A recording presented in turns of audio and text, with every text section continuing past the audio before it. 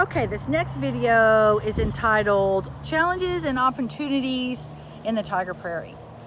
Fun fact that you might not have known about the Tiger Prairie, and that is that there are no plants that are planted here, no seeds that have been put in the ground that are not native to within about 50 miles of this site. And that's a really cool thing. So what that means is that at the end of this successional process, when the community is at its greatest maturity, we will be able to see what the prairie looked like in this area, in this spot, hundreds of years ago. I think that is a really cool thing. But we do have some challenges because we live in a community of other species of plants, and they do make their way into our prairie, and we need to take care of those. About 3 weeks ago, the Wildlife Habitat Federation came and gave us sort of what I would call a wellness check. And there were a couple things that we're going to work on in the next few months. One are the sandburrs, right? So they look kind of like this. You can see them in the trails, and they are on some of the edges of the trails.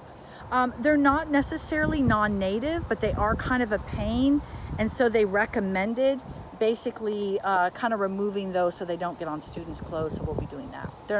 There's just a few of those on the edges. One of the things that I've been working on a lot this summer, if you see me out here yanking stuff out of the prairie, is a plant called mare's tail. And I have been kind of going through here. It's a plant that looks like this. You'll see it it can grow pretty tall, and it can take over. And so they really wanted us to be sure that we did not let too many of those grow in our prairie. I went online and saw prairie or pasture lands that are completely overrun with that. So we've been working on pulling those out. The other thing we need to do is, especially along the road sides of the prairie, especially along Highway 90, we have an invasive grass problem. So where the sidewalk is on Highway 90, on the other side of the sidewalk from the prairie, that whole strip of grass there is KR and Bahia grass. And so what happens is it comes to seed, and then the seeds blow into the prairie. And so the students have worked really hard, we've worked really hard at keeping that grass off from the edges, but we're going to have to continue to fight that battle to keep the grass and these invasive species from coming into the prairie. The other thing we need to work on is trail maintenance.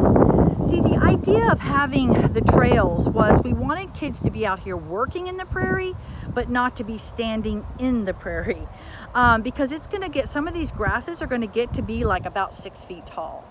The trails are meant to be about 3 feet wide, and they're completely mulched. So the first round of mulch that we laid, we had about 80 students that came and laid 2 semi-trucks full of mulch. It's about 250 yards of trails, plus the outdoor classrooms where the furniture is going to go. Those are also mulched as well. That was great, and that we've used them a lot, but the weeds came back pretty hard. So what we did with a little bit of grant money, and again, I'm going to talk about grant money and things like that in the next video, we laid landscape fabric all on our trails. So although the trails are looking overgrown, they're not too hard to pull up and maintain because these plants are sitting on top of landscape fabric. But you can see, especially this trail, we've already cleaned it once this summer and gotten it cleared out, and it's kind of overgrown again, and we'll have to work on that again. Again, we want students to be able to come out here and enjoy it. We want people in the community to come out here and enjoy it and not have to walk over all the shrubbery to do that. So really, those are the 2 things that we have ahead of us, or few things we have ahead of us.